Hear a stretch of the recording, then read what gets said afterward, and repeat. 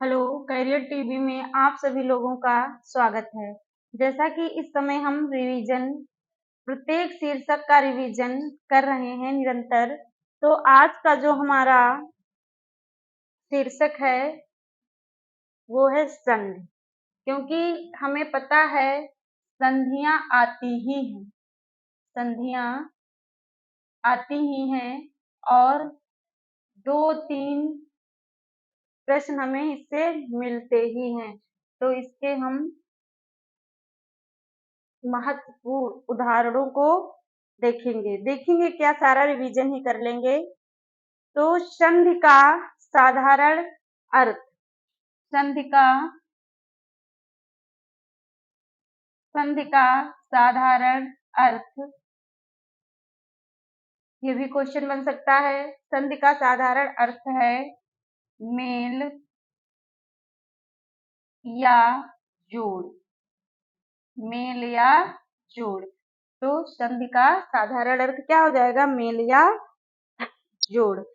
ये तो आपको पता ही है, व्याकरण में पहले शब्द के अंतिम वर्ण और दूसरे शब्द के पहले वर्ण का जब हम दोनों वर्णों में कोई विकार या परिवर्तन होता है तो उसे क्या कहते हैं? उसे ही हम संधि कहते हैं। अब हम देखेंगे संधि के भेद। क्या देखेंगे? संधि के भेद। तो यहाँ हमने आपको बताया भी था, अगर इसी को अगर हम ऐसे लिख दें संधि तो भी ये सही है। तो इसमें आप देखिए 1, 2, 3, इसमें 3 वर्ण हैं। कितने वर्ण हैं? 3। तो जो संधि के भेद हैं वो 3 प्रकार के होते हैं, या संधि के 3 भाग होते हैं। जैसे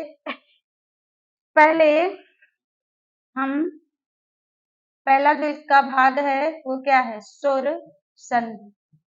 पहला भाग है स्वर संधि और दूसरा हमारा है व्यंजन संधि, व्यंजन संधि। और तीसरा हमारा जो पार्ट है, जो भाग है, वो है विसर्ग संधि। क्या है? विसर्ग संधि। तो इससे यहाँ से भी कई क्वेश्चन बन सकते हैं कि संधि का साधारण अर्थ क्या होता है? तो मेल या जोड़। फिर संधि के मुख्य रूप से कितने भाग होते हैं? तो 3, स्वर संधि, व्यंजन संधि और विसर्ग संधि। ये हमारी जो स्वर संधि है इसके 5 भेद होते हैं। कितने भेद होते हैं? 5 भेद होते हैं। स्वर संधि के कितने भेद होते हैं? 5 भेद होते हैं। तो ये भी हम याद रखेंगे कि स्वर संधि के 5 भेद होते हैं, जिनमें से हम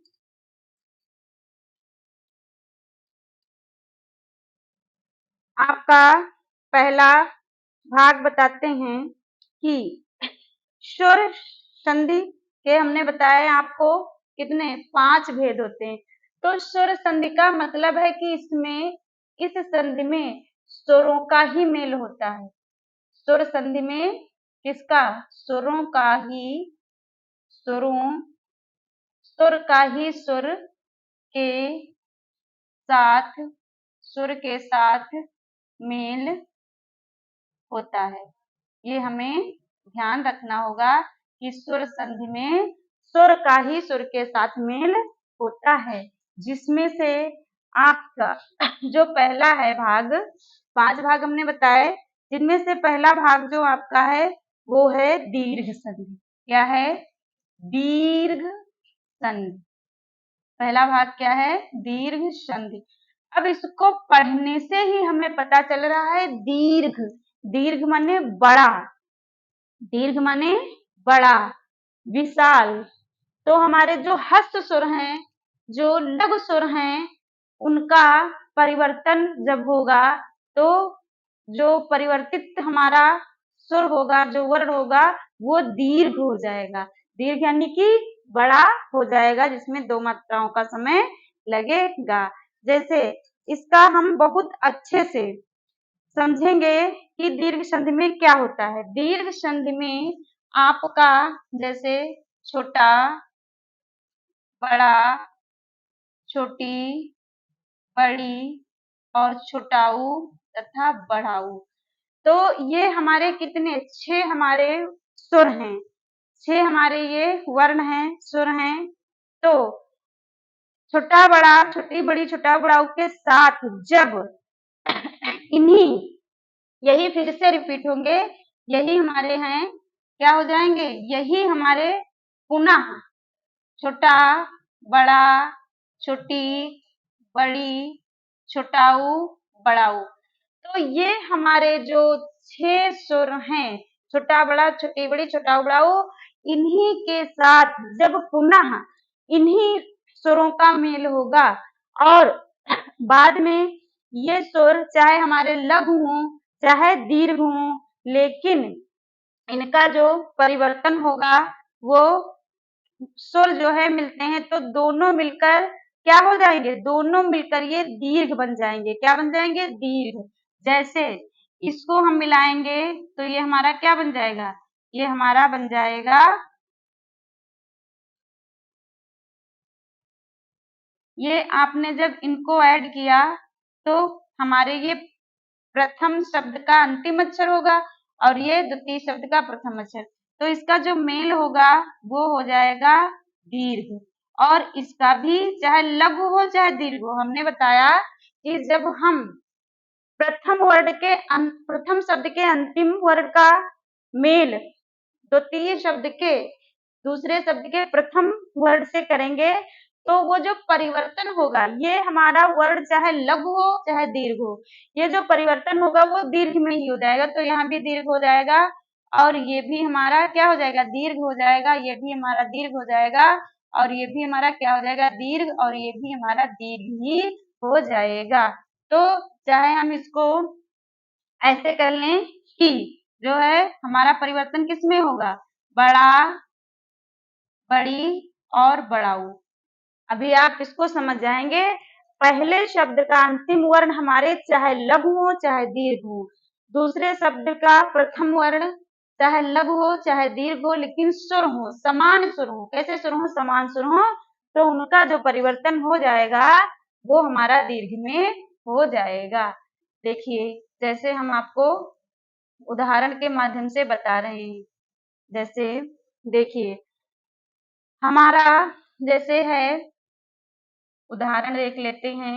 उदाहरण हमारे क्या है, जैसे हमने कहा वाचन, क्या हमने कहा, वाचन धन आलय, वाचन धन आलय। तो देखिए वाचन, यहाँ पे हमें क्या मिला, आ मिला, और यहाँ पे हमें क्या मिला, बड़ा मिला, लेकिन इसका जो निर्माण होगा वो यहाँ पे दीर्घ ही हो जाएगा। तो वाच, ये जो हमारा आ है ये ना में मिल जाएगा, वाच ना लय आपका हो जाएगा। इसी प्रकार से और भी देखिए, जैसे अगला हमारा जो शब्द है वो है गज धन आनन, गज धन आनन। तो देखिए गज, यहाँ पे जा कहिए तो आ मिला, यहाँ पे हमारा क्या मिला, बड़ा आ मिला, और इन दोनों का निर्माण हमारा दीर्घ हो जाएगा, तो हो जाएगा गजानन। क्या हो जाएगा, गजानन। ये आपने देख लिया। इसी प्रकार से सब में करना है जो हमारे सुर का मेल हो। जैसे छोटा बड़ा हमारा एक समान सुर है, छोटी बड़ी हमारी एक समान हमारे ये सुर हैं, और छोटा बड़ाऊ हमारे एक समान सुर हैं। तो इसी प्रकार से हम आगे भी देखते हैं, जैसे ये तो हमारा किसका मेल हो गया, आ और आ का ये मेल हो गया, हमारा आ और आ के समान सुर का मेल हो गया। अब हम देखेंगे अगला हमारा अभिधन इष्ट, अभिधन इष्ट। तो ये हमारे हैं छोटी और बड़ी, ये समान सुर हैं, छोटी और बड़ी समान सुर हैं। देखिए जैसे यहाँ आपका हुआ छोटी ई और यहाँ भी आपका है छोटी ई, तो हमने बताया इसका क्या हो जाएगा, इसका जो परिवर्तन होगा वो बड़ी ई में हो जाएगा, तो इसका आपका क्या हो जाएगा, अभीष्ट। क्या हो जाएगा, अभीष्ट हो जाएगा। तो ये आपने सीख लिया। अगला जैसे एक और देखते हैं, जैसे हमारा है अति धन इंद्रिय। क्या है? अति धन इंद्रिय। तो यहाँ पे आप देखिए, यहाँ पे आपका छुट्टी मिला और यहाँ भी छुट्टी मिला, तो हो क्या जाएगा हमारा, ये बड़ी में परिवर्तन हो जाएगा। तो ये क्या हो जाएगा? अतीन्द्रिय। क्या हो जाएगा? अतीन्द्रिय। ये हमारा हो गया। तो ये आप समझ गए। अगला देखिए, जैसे हमने और भी आपको बताया, जैसे ये हमारे आपने हमने कहा हमने कि समान सुर, समान सुर, तो ये हमारे समान सुर है। तो हमने जैसे कहा सु, क्या हमने कहा? हमने कहा सु, सु माने सुंदर, सुधन उक्ति। क्या कहा? सुधन उक्ति। तो यहाँ पे देखिए ये छोटाऊ है, ये हमारा छोटाऊ है, इसका जो बनेगा वो बड़ाऊ बन जाएगा। तो क्या हो जाएगा? सूक्ति। क्या हो जाएगा? सूक्ति। तो ये भी आपने समझ लिया। फिर और एक उदाहरण देख लीजिए, जैसे हमने कहा लघु धन उत्तर। क्या कहा? लघु धन उत्तर। तो यहाँ पे हमें छोटाऊ मिला, यहाँ छोटाऊ मिला, बराबर हमारा क्या हो जाएगा? बड़ाऊ हो जाएगा। तो ये हमारा हो जाएगा लघुत्तर। तो ये हमने दीर्घ संधि का आपको बता दिया कि समान सुर होने चाहिए, आ और ई और ऊ। समान सुर होंगे, चाहे हस्व स्वर हो चाहे दीर्घ स्वर हो, जो उसका निर्माण होगा वो दीर्घ में हो जाएगा। ये आपने सीख लिया। आगे देखिए, आगे जो दूसरा इसका पार्ट है वो है गुण संधि। दूसरा जो पार्ट है वो क्या है? गुण संधि। आपने दीर्घ सीख लिया, अब यहाँ पे क्या सीखेंगे? गुण संधि। बस ध्यान से देखिए, तो गुण संधि में क्या होता है? इसमें हमारा जो प्रथम वर्ण होगा, प्रथम शब्द का अंतिम जो हमारा वर्ण होगा, या छोटा होगा या बड़ा होगा। और इसके बाद यदि आपको जो हमारा दूसरे शब्द का प्रथम वर्ण यदि आपको छोटी बड़ी मिलता है तो क्या हो जाएगा? ए। क्या हो जाएगा? ए। और इसी प्रकार से आपका यदि छोटाऊ बड़ाऊ मिल जाता है तो क्या हो जाएगा? बताइए, छोटाऊ बड़ाऊ मिले तो हो जाएगा ओ। और गुण संधि में और छोटा बड़ा के बाद यदि आपको ऋण मिले तो हो जाएगा अर। क्या हो जाएगा?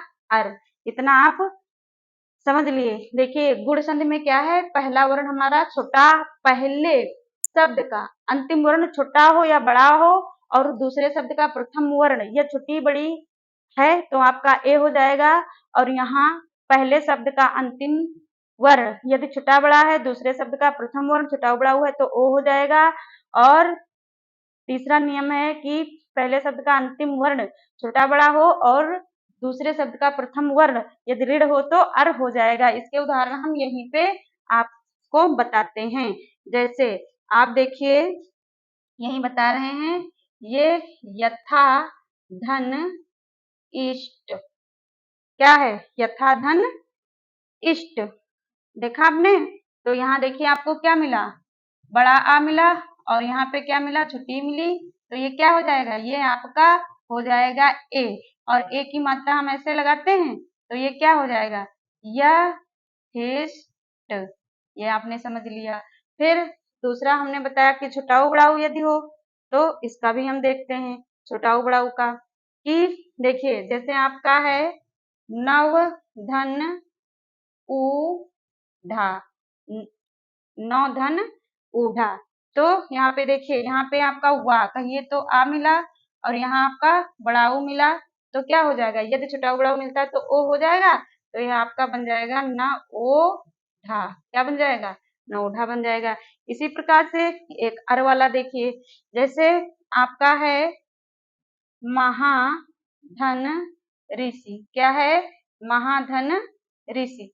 तो महाधन ऋषि। अब यहाँ देखिए आपका ये बड़ा मिला और यहाँ क्या मिला? ऋण मिला। तो ये क्या हो जाएगा? हो जाएगा अर। तो ये आपका बन जाएगा, क्या बन जाएगा? महर अब ये अर हमने कहा तो ये आपका महाऋषि बन जाएगा। क्या बन जाएगा? महाऋषि बन जाएगा। ये आपको अभी हम फिर से समझा दे रहे हैं, ये तो आप समझ गए। ये देखिए एक बार, जैसे आपका है, आपका ये है, क्या है? महाधन ऋषि।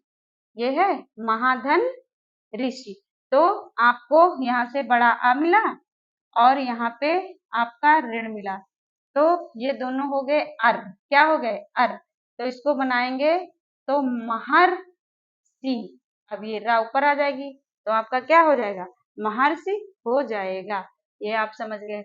तो आपने स्वर संधि के दो पार्ट समझ गए, कौन से? दीर्घ संधि और गुण संधि। अगला देखते हैं, आपका रहेगा वृद्धि संधि। क्या रहेगा? अगला आपका रहेगा वृद्धि संधि। वृद्धि संधि में क्या होता है? तो वृद्धि संधि से ही मतलब है कि वृद्धि, जहां पे आपको एक चोटी दिखे तो वहां हम एक की और वृद्धि कर देंगे। तो इस प्रकार से आप याद रखेंगे कि यदि देखिए आपको गुण संधि में एक चोटी मिल रही है, गुण संधि में क्या मिल रही है? एक चोटी। तो जहां पे हमें एक मात्रा मिल जाए, एक ही मात्रा मिल जाए या एक चोटी मिल जाए, वहां गुण संधि होती है। वृद्धि को हम ऐसे पहचान लेंगे कि एक तो हमारी थी तो एक मिलने पे हमारे क्या हो जाएगी? गुण संधि। अगर इसमें एक की और हम वृद्धि कर दें तो ये वृद्धि संधि हो जाएगी। तो ऐसे भी आप पहचान सकते हैं। तो वृद्धि में देखिए क्या है, वृद्धि में क्या है कि पहला वर्ण आपका छोटा बड़ा होगा और दूसरा जो वर्ण है आपका, यदि ए आए है तो आपका क्या बनेगा? आए बन जाएगा। इसी प्रकार से जो है पहला वर्ण छोटा बड़ा होगा और दूसरा यदि आपका क्या है? ओ आओ, ओ आओ है तो क्या बन जाएगा?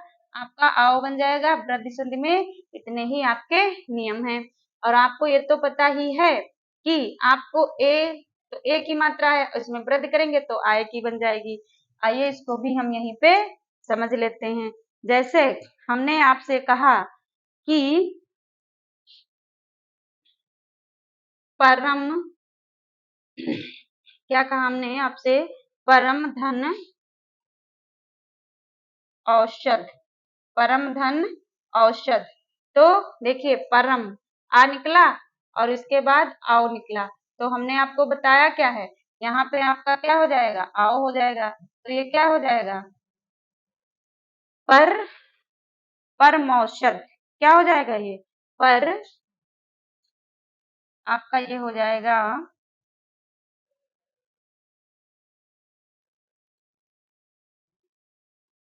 पर मौषध। ये आपका हो जाएगा। ये आप समझ गए। एक जो है देखिए, जैसे इसका उदाहरण एक ले लीजिए, जैसे हमने कहा तथा धन एव। क्या हमने कहा? तथा धन एव कहा, तो यहाँ पे हमें क्या मिला? बड़ा मिला और यहाँ हमें ए मिला, लेकिन होगा हमारा क्या? होगा हमारा यहाँ पे दीर्घ हो जाएगा। ए में एक मात्रा लगाते तो आय में हमारी क्या हो जाएंगी? दो मात्राएं। तो ये हमारा बन जाएगा तथेव। क्या बन जाएगा? तथेव। तो ये हमारी वृद्धि संधि है। ऐसे भी आप पहचान सकते हैं कि गुण संधि में हमें एक मात्रा मिलेगी, ऊपर एक की चोटी, एक चोटी मिलेगी और वृद्धि में तो एक और हम उसमें वृद्धि कर देंगे तो वहां पे वृद्धि संधि हो जाएगी। अब आपकी बची है यड़ संधि। यड़ संधि बची, तो इसका ये पार्ट है यड़ संधि। तो इसमें क्या है?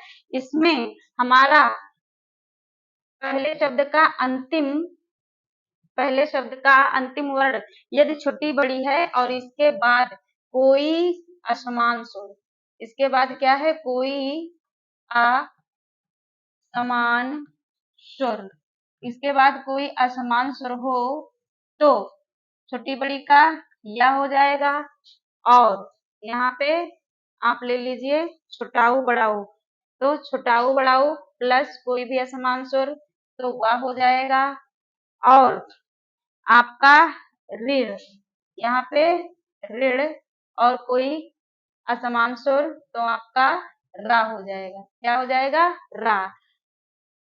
देखिए यड़ संधि की पहचानने की बहुत अच्छी एक ट्रिक है कि इसमें आपका हमने क्या बताया, या वा रा।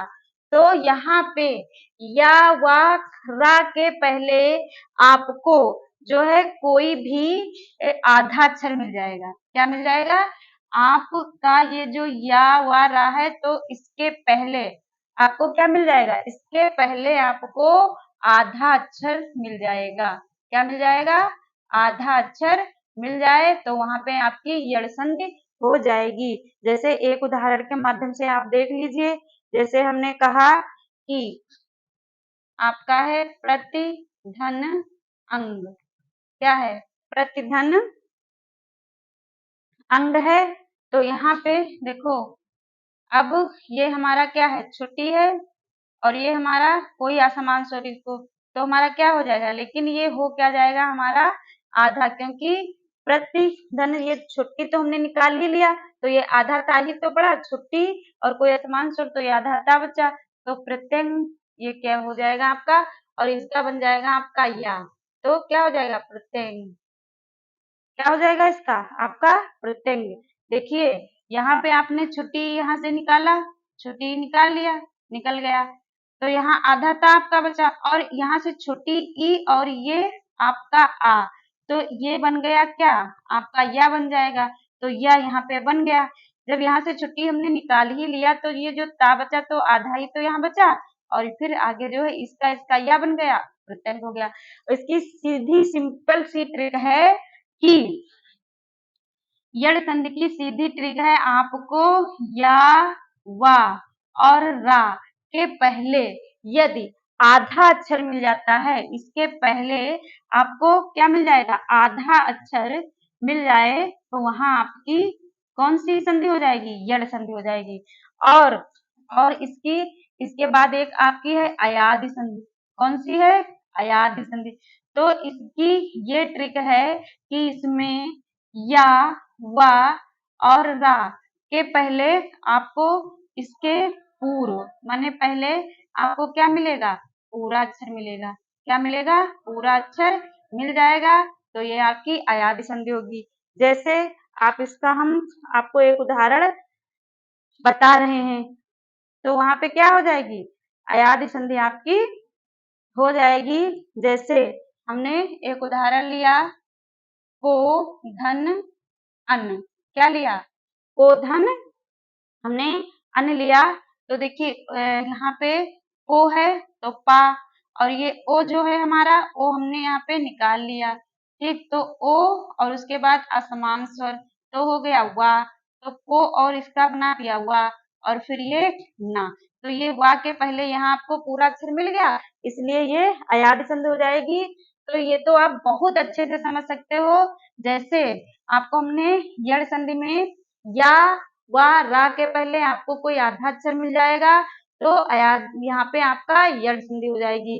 और जहां आपको या व रा के पहले कोई भी जो है पूरा अक्षर मिल जाए तो वो आपको अयाद संधि वहां पे हो जाएगी। और गुण संधि में हमने आपको बताया क्या? गुण संधि में आपको एक चोटी मिलेगी और वृद्धि संधि में आपको क्या मिलेगा? वृद्धि संधि में आपको एक चोटी तो थी गुण में, एक की वृद्धि कर देंगे तो आपकी ये वृद्धि संधि हो जाएगी। यड़ संधि में या व रा के पहले आधा अक्षर मिलेगा।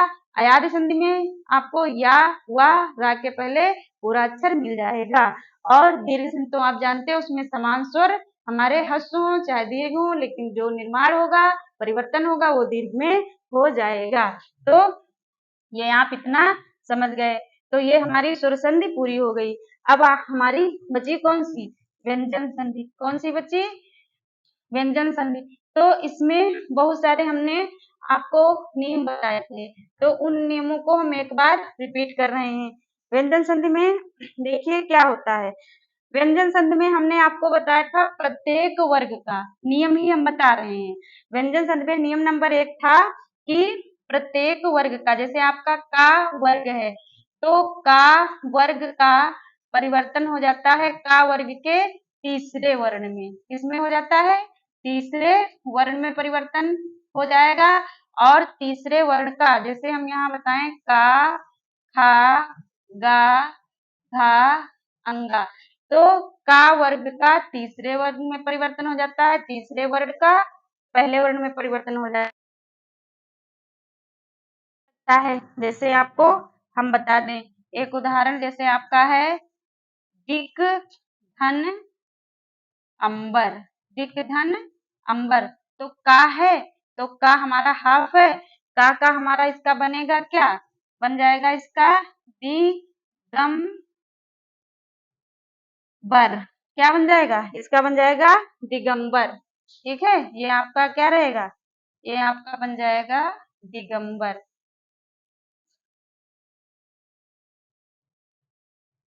ये बनेगा दिगंबर। क्या बनेगा, दिगंबर। देखो दी हमने लिख लिया, और ये का परिवर्तन किस में हो गया, तीसरे वर्ण में हो गया, तो ये गा हो गया। और ये आ जब इसमें का में मिल गया तो ये पूरा हो गया, और हमने लिख दिया दिगंबर। क्या हो गया आपका, दिगंबर। दूसरा नियम क्या है, दूसरा नियम है कभी कभी हमारा जो है ये प्रथम वर्ग का परिवर्तन किस में हो जाता है, पंचमा अक्षर में हो जाता है।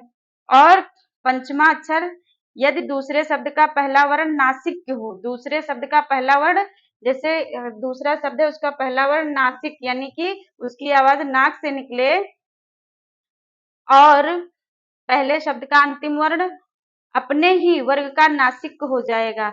जैसे जैसे अपने ही वर्ग का क्या नासिक हो जाएगा, जैसे उदाहरण आपका है जगत, जगत धन नाथ, जगत धन नाथ। तो ये जगत है, तो ये हमारा क्या हो जाएगा, ये जो ता है, ता था दा धा ना, तो इसका हमने कहा ना कि इसका पंचमाक्षर में परिवर्तन हो जाता है, तो ये क्या हो जाएगा, जगन नाथ हो जाएगा। कि प्रथम वर्ण का परिवर्तन जो है पंचमाक्षर में हो जाएगा। ये एक नियम आपने सीख लिया। फिर और भी इसके हैं कि यहाँ पे जैसे माँ का हमारा एक नियम नंबर 3 क्या था, जैसे हमने कहा संयोग, क्या कहा हमने, संयोग। तो ये जो हमारा अनुस्वार है ये हमारा माँ में परिवर्तित हो जाता है, तो इसका हम करेंगे क्या, हमारा हो जाएगा सम धन योग। क्या हो जाएगा, समधन योग। एक ये नियम लगता है कि हम माँ को अनुस्वार में बदल देते हैं, अनुस्वार को माँ में परिवर्तित कर देते हैं। माँ के बाद यदि क्या या रा ला हुआ तथा आधा शा सा सा हा आए तो माँ अनुस्वार में बदल जाता है। और किसी प्रकार से इसके बहुत सारे नियम हैं, जैसे हमारा ता छा का परिवर्तन किसमें हो जाता है, आधा चा और छा में हो जाता है। और इसी प्रकार से ता जा का आधा जा और पूरे जा में हो जाता है। बहुत सारे इस प्रकार से नियम हैं। जैसे एक उदाहरण देखिए, जैसे हमने कहा सत धन जन, तो इसका हो जाएगा परिवर्तन, क्या हो जाएगा, सज। अब ये आधा जा है, ये आधा जा में सज्जन, इस प्रकार से हो जाता है। तो ये बहुत सारे इसमें नियम हैं। फिर आगे हमारी विसर्ग संधि, तो इसमें भी हमने आपको बताया था बहुत सारे नियम होते हैं। यदि हमें चा छा विसर्ग के स्थान पर सा, जैसे आपका ये विसर्ग के आप देख लीजिए उदाहरण आपका है जैसे विसर्ग, तो विसर्ग के हमारे उदाहरण क्या हो जाएंगे, जैसे हमने क्या लिखा, जैसे निह, निह और चय। तो यदि हमें चा छा मिल जाए विसर्ग के बाद, तो उसका परिवर्तन किस में हो जाएगा, उसका परिवर्तन हो जाएगा शा में। तो ये हमारा हो जाएगा निश्चय। क्या हो जाएगा, निश्चय। इसके भी बहुत सारे नियम हैं। इसी प्रकार से जैसे आपका है एक उदाहरण कि नि धन ठुर, तो इसका किस में हो जाएगा, इसका परिवर्तन हो जाएगा निष्ठुर। ठीक, ये हमारा ये तो हम लिखना वर्तनी जानते हैं कौन सी सा किस में परिवर्तित होगी। इसी प्रकार से आपका अगला है जैसे दुह धन तर, ये क्या हो जाएगा आपका दुह धन तर, तो इसका जो परिवर्तन होगा वो क्या हो जाएगा, दंतिक सा में दुष्तर। तो इस प्रकार से हम विसर्गों का परिवर्तन कर लेंगे। और कुछ हमारे ऐसे भी इसमें नियम होते हैं, जैसे हमने कहा अतः धन एव, तो इसमें हम विसर्गों को क्या कर देते हैं, हटा देते हैं, और ये सीधा हम लिख देंगे क्या, अट एव, सीधा जो है लिख देंगे, इसमें हम विसर्ग हटा देते हैं। और कुछ हमारे हैं जैसे कुछ हमारे हैं उदाहरण, इसमें सिर्फ विसर्गों का ही सारा खेल रहता है, जैसे निह धन संदेह, क्या है, निह धन संदेह। तो इसमें क्या हो जाएगा, इसमें आपका जो बनेगा उसमें कुछ नहीं करेंगे, इसमें ऐसे ही लिख देंगे, केवल ये हटा देंगे हमारा प्लस, और निह संदेह ऐसे ही लिख देते हैं, ऐसे ही क्या कर देते हैं, लिख देते हैं। तो इस प्रकार से हमने सारे नियमों को जान लिया। जैसे एक आपका है उदाहरण बहुत मोस्ट, जैसे प्रातः धन काल, तो इसमें कुछ परिवर्तन नहीं करेंगे, इसको हम ऐसे ही लिख देते हैं, कैसे, प्रातः काल, है ना, ऐसे ही लिख देंगे, इसमें हम कोई भी परिवर्तन नहीं करते हैं। और कुछ हमारा बस एक नियम इसमें है थोड़ा सा, इसको हम जान लेंगे। यदि किसी विसर्ग के पश्चात आपको क्या मिले, आपको ना, या, रा, ला, ना, या, रा, ला और वाहा, अगर इतने वर्ड आपको मिल रहे हैं किसके, विसर्ग के बाद, किसके बाद, विसर्ग के बाद, ना, या, रा, ला, वाहा, तो इनका जो विसर्ग होगा क्या होगा, विसर्ग, तो विसर्ग इनका ओ हो जाता है, ये थोड़ा सा आपको ध्यान में रखना है। यदि आपको देखो या, रा, ला, वा, ये तो आपके 4 वर्ण ही हैं, अंतस्थ वर्ण, या, रा, ला, वा और ना और हा, तो ये अगर आपको मिल रहे हैं विसर्ग के बाद पश्चात, तो वहां पे विसर्गों का क्या हो जाएगा, ओ हो जाएगा। जैसे आप देखिए, आपका है मन्ना धन, मन्ना धन रंजन, क्या है, मन्ना धन रंजन, देखो रा मिला, ये रा मिला, तो इसका विसर्गों का क्या, ओ हो जाएगा, तो ये हो जाएगा मनोरंजन, क्या हो जाएगा, मनोरंजन। या, रा, ला, वा और हा और ना, ये आपके इतने यदि विसर्ग के बाद मिल रहे हैं वर्ण, तो इसका ओ में परिवर्तन हो जाएगा। एक इसका और उदाहरण ले लेते हैं, जैसे हमने कहा मना धन बल, क्या कहा, मना धन बल, तो वल होगा, वल, मना धन वल, तो यहाँ पे हमारा क्या हो जाएगा, ये मनोबल,